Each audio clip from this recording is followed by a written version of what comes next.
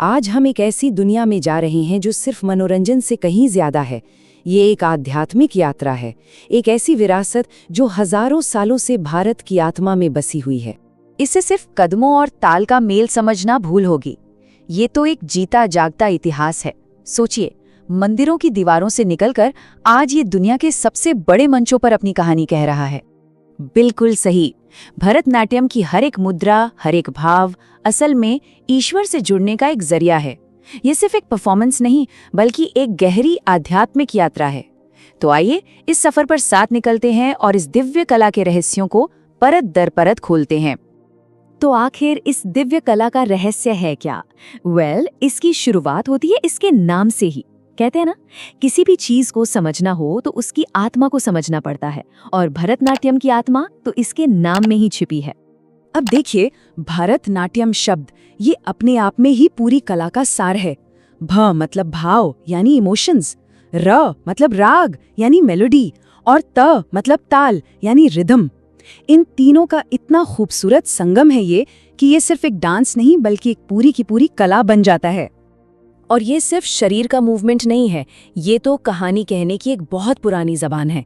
इसमें हर एक इशारा, हर एक कदम अपने आप में एक शब्द है जो पौराणिक कथाओं और गहरी से गहरी भावनाओं को बयां करता है।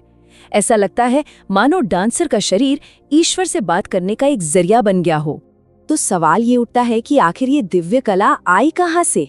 इसका इतिहास 2000 साल से भी ज्यादा पुराना है और इसकी जड़ें जुड़ी हैं दक्षिण भारत के पवित्र मंदिरों की मिट्टी से। देखिए, इस कला का सफर भी बड़ा उतार चढ़ाव वाला रहा है। सबसे पहला जिक्र मिलता है करीब 200 ईसा पूर्व के नाट्यशास्त्र में। पुराने जमाने में तो ये मंदिरों में देवदासियों द्वारा भगवान को चढ़ाई जाने वाली एक पवित्र सेवा थी।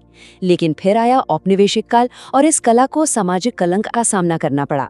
पर 20वीं सदी में रुक्मणी देवी अरुंडेल जैसे महान कलाकारों ने इसे फिर से जिंदा किया और इसे भारतीय सांस्कृतिक गौरव का प्रतीक बना दिया। क्या कमाल की वापसी थी। तो इसका जन्म हुआ तमिलनाडु के भव्य मंदिरों में। वहां इसे असल में साधिर के नाम से जाना जाता था। और ये कोई आम एंटरटेनमेंट नहीं था, नहीं, ये तो ईश्वर की सेवा का एक पवित्र तरीका था, एक ऐसा अनुष्ठान जो आत्मा को सीधा परमात्मा से जोड़ता था। लेकिन ये डांस आखिर अपनी कहानी कहता कैसे है? देखिए, भरतनाट्यम सिर्फ बॉडी मूवमेंट नहीं है, इसकी अपनी एक पूरी की पूरी भाषा है, एक मुकम्मल ग्रामर और वोकैबुलरी है। और यही बात इसे दुनिया की सबसे सोफिस्टिकेटेड कलाओं में से एक बनाती है। भरतनाट्यम की परफॉर्मेंस को आप समझ लीजिए 3 मेन पिलर्स पर टिका है। सबसे पहले है नृत्य। ये है प्योर डांस जिसमें सिर्फ रिदम और खूबसूरत फुटवर्क होता है। इसके बाद आता है नृत्य। इसमें इमोशंस और एक्सप्रेशंस के जरिए कहानी सुनाई जाती है। और आखिर में आता है नाट्य, जो कि एक पूरी ड्रामेटिक स्टोरी टेलिंग है जिसमें कैरेक्टर्स और प्लॉट सब कुछ होता है। भरतनाट्यम में हाथ सिर्फ हाथ नहीं होते, वो मुद्राएं बन जाते हैं। यह हाथों की एक बहुत ही गहरी सांकेतिक भाषा है। हर एक मुद्रा का अपना एक मतलब होता है। कमल का फूल हो, कोई हिरण हो या फिर खुद भगवान हो, डांसर इन मुद्राओं से बिना एक शब्द बोले पूरी की पूरी कहानी कह जाता है। और फिर आता है अभिनय यानी एक्सप्रेशन की कला। सच पूछिए तो यही इस डांस की आत्मा है। डांसर का चेहरा एक कैनवस की तरह हो जाता है जिस पर 9 के 9 रस, खुशी, दुख, गुस्सा, प्यार सब कुछ दिखाया जाता है। और यही वो जादू है जो देखने वालों को कहानी से इमोशनली जोड़ देता है। और इन सब एक्सप्रेशंस की नींव में होते हैं अडवू। आप इसे इस डांस की भाषा के अक्षर समझ सकते हैं, यानी बेसिक स्टेप्स और रिदमिक पैटर्न। इन्हीं सैकड़ों अडवू को जोड़कर ही एक खूबसूरत और कॉम्प्लेक्स परफॉर्मेंस की पूरी कविता लिखी जाती है। चलिए अब इस कला के सबसे गहरे और पवित्र हिस्से की बात करते हैं, इसके आध्यात्मिक दिल की। ये नृत्य सीधा सीधा जुड़ा है ब्रह्मांड के सबसे महान डांसर भगवान शिव से। भरतनाट्यम की हर परफॉर्मेंस सिर्फ एक आर्टिस्टिक एक्सप्रेशन नहीं है, ये एक पूजा है, एक प्रार्थना है। ये आर्ट के जरिए ईश्वर को अपनी भक्ति और समर्पण दिखाने का एक तरीका है। ये डांस खास तौर पर भगवान शिव के नटराज स्वरूप को समर्पित है, वो स्वरूप जो ब्रह्मांड के बनने और मिटने का डांस करते हैं। अब गौर करेंगे तो पाएंगे कि डांस की कई खूबसूरत मुद्राएं मंदिरों में बनी नटराज की मूर्तियों की ही तरह होती हैं।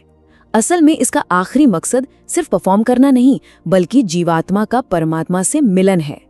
तो मंदिरों के पवित्र गर्भगृह से शुरू हुआ ये सफर आज दुनिया के सबसे बड़े और प्रतिष्ठित मंचों तक पहुंच चुका है।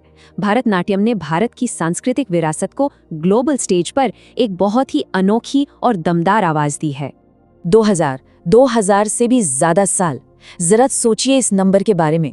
ये इस कला की जबरदस्त ताकत और वक्त के साथ खुद को ढालने की क्षमता का सबूत है। ये दुनिया की सबसे पुरानी जिंदा क्लासिकल डांस फॉर्म्स में से एक है।